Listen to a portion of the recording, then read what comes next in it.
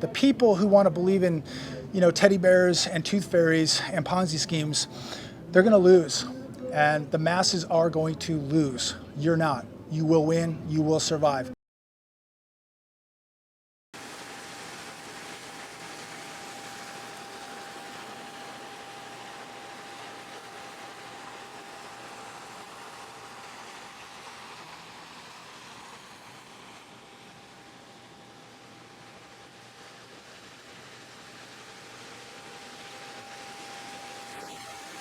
Quick video today. We're here in Rancho Mirage, California at the Ritz-Carlton. Just got done with a lunch appointment and I want to take a few minutes to shoot a video for you. I'm going to take you outside. Let's talk about what's happening today.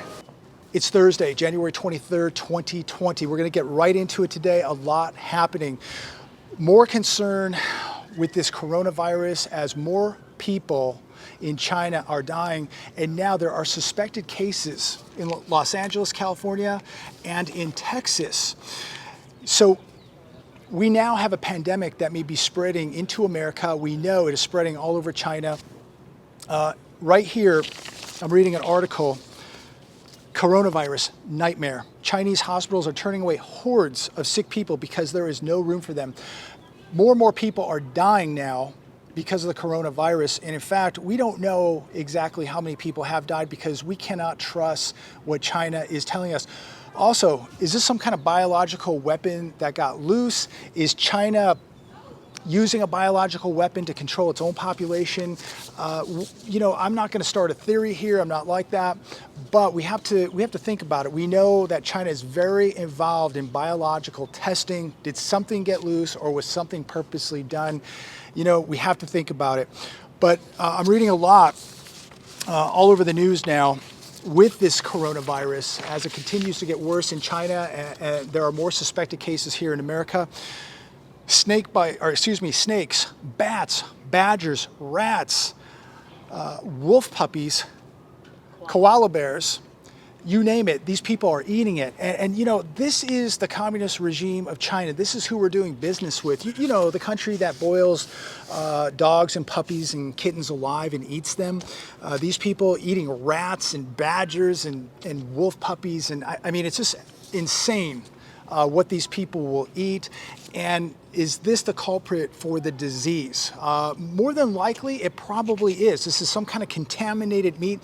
I don't think human beings should probably be eating animals like this. I think it's so cruel, this regime over there, how they treat animals and what they do to them and the torture of animals. But, all we know at this point is this virus is now turning into a pandemic. It's getting much worse. Yet Dow Jones was only down 26 points today. Pandemics, planes falling out of the sky, impeachment trials, an economy that's just fallen off of a cliff has nothing to do with the stock market today, because it is nothing more than a manipulated illusion. As long as the Fed keeps dumping billions of dollars into these markets, into these financial institutions, the game will go on.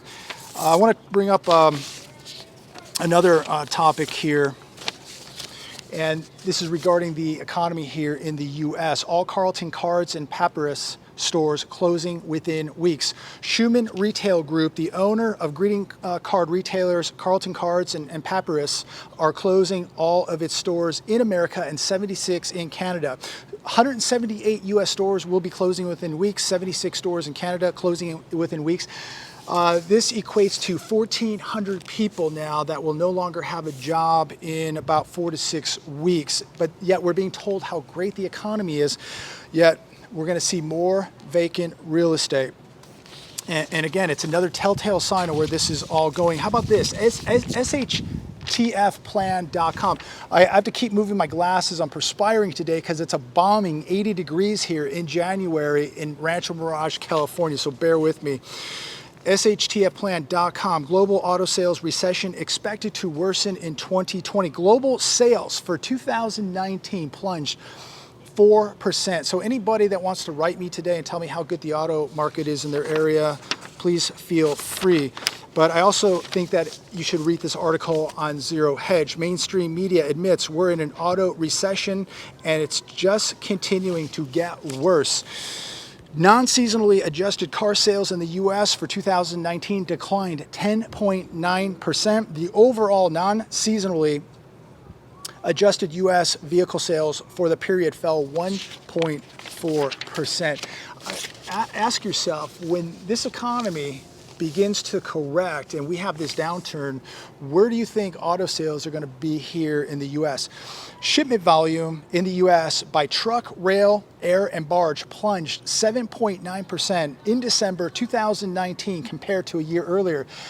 Where is the economy thriving at? Somebody please explain this to me. Please tell me why the stock market is at all-time highs other than the mass manipulation and the Fed injecting billions of dollars of liquidity into the banking system and into these markets. Where is the economy actually booming? PMI dropped to 47.2% in December. This is the 5th straight month of contraction. Another warning sign. Look, you don't have to be Albert Einstein to see where this is all going. We are obviously right now in a downturn, and we are about to head farther down a very dark road here, and I hope and pray that every one of you is preparing. They can tell you everything is fine and that a recession isn't going to happen, but remember, this is exactly what Ben Bernanke back in 2008 kept telling us. He said that there was going to be no recession, it wasn't going to happen, and we had the worst financial crisis in years. And this next one coming is going to make 2008 look like child's play. Now, this is an article right here on Bankrate.com. I also watched it on Fox Business News this morning. Nearly 4 in 10 Americans would have to borrow money to cover a $1,000 emergency.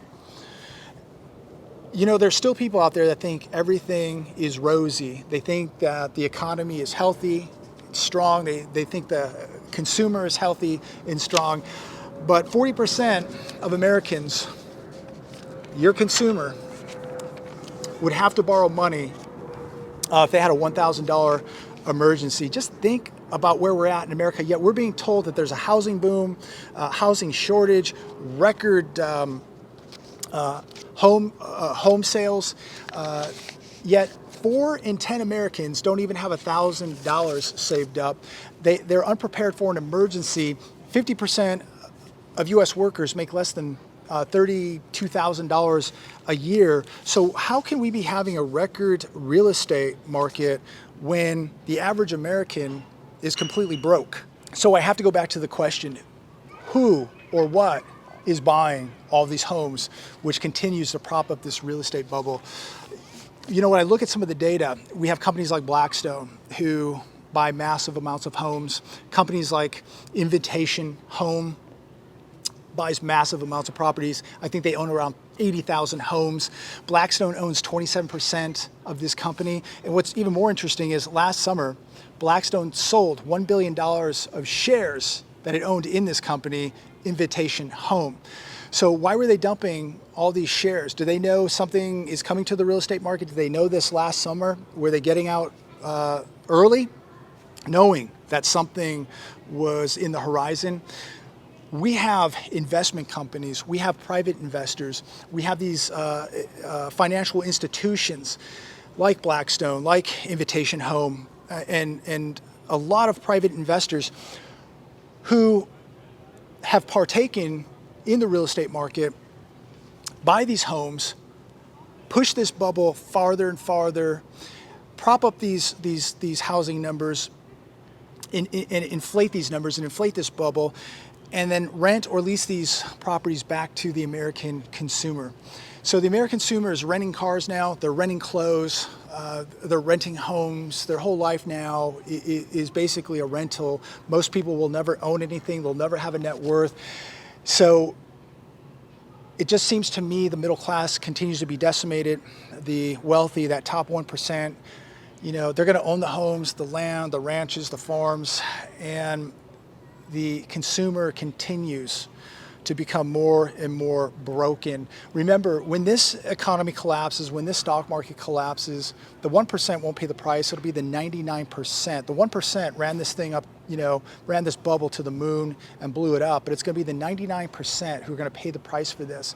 And so, again, before I leave on this note, on this topic, it just amazes me when I watch the media that we have a housing shortage, that we now have a housing boom, yet 4 in 10 people don't have $1,000 saved up for an emergency. Does this equate with you? 2 and 2 should equal 4, not 3. When half the American workers in this country are making under $32,000 a year, and you look at home prices, you look at the wage gap with home prices, housing is going through the roof, your wages are not. Housing prices are going through the roof, your way of life, your standard of living is decreasing while the price of homes is increasing. So things just aren't equating here, and I have a real problem with this. And I don't understand how people cannot see what is going on. They believe everything is okay just because the Dow Jones and the stock market is up. But yet, these are the same people in massive debt, renting cars, renting clothes, and renting houses, and they believe everything is good. And they don't have $1,000 saved up for an emergency. What they do have is a massive amount of debt. So look, you don't have to believe what I'm telling you, but maybe you'll believe this. SHTFplan.com, I read this today. This is coming right from the IMF. IMF warning, another potential Great Depression. Kristalina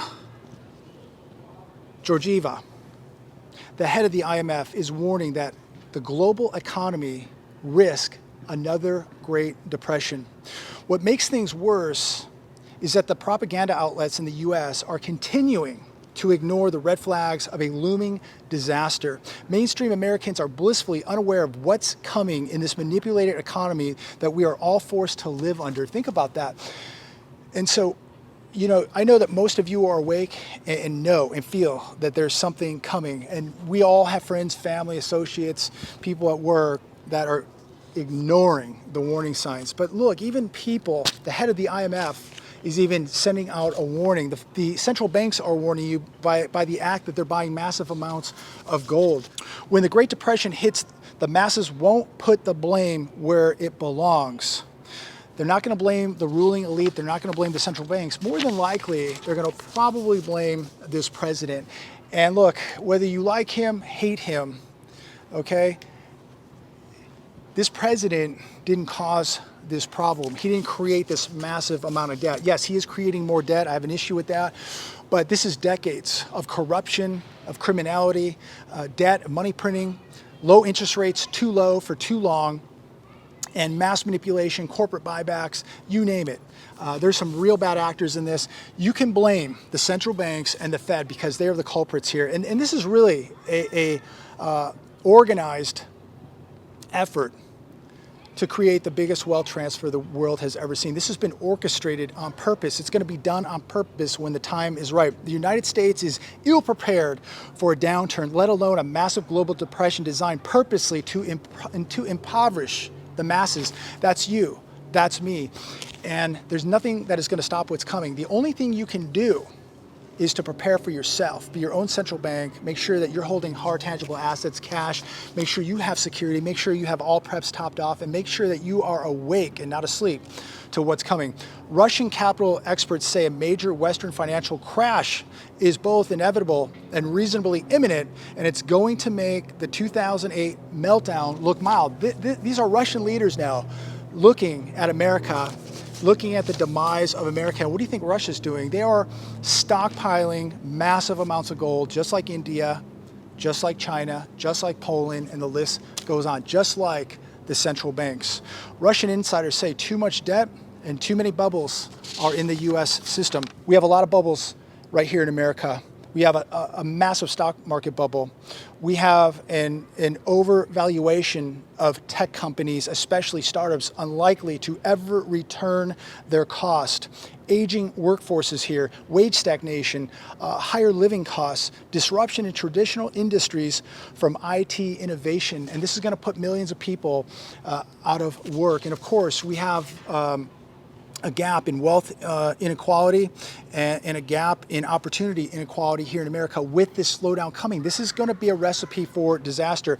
Russia is diverting from the US dollar, like so many other countries have been doing, in favor of gold, and other countries are doing the same. Nations have expanded gold holdings 14% since 2009, and that's what you need to be doing. That's what I'm doing. You saw yesterday, I opened up an unboxing yesterday from SD Bullion. I got another 1 ounce gold coin. And look, there is not a whole lot you can do right now except be saying your prayers to God, walking close to God, being very awake to what's happening globally, and especially right here to your own country, politically, socially, and economically. Look where we're at in 2020. We've already had unrest in the Middle East, threat of retaliation, and now we're watching this pandemic spreading across the world. We don't know how bad it's going to get. Hopefully, I pray to God it will be contained and that we won't lose many more lives. But we don't know how many people have died. I heard 19 in China. That could be 1,900. You don't know what the Chinese, what they're telling you is the truth or not. We don't know how out of control this thing is or how out of control it could get. But this is, when we talk about black swans, this is a perfect example of a black swan, a pandemic coming out of Asia. They've had pig Ebola. They've had to kill over 300 million hogs in China. Think about that. Over 300 million hogs they had to kill to stop this virus. And we don't even know if that's contained. So we've got a pig virus, now we've got a human virus that is being contracted from human to human.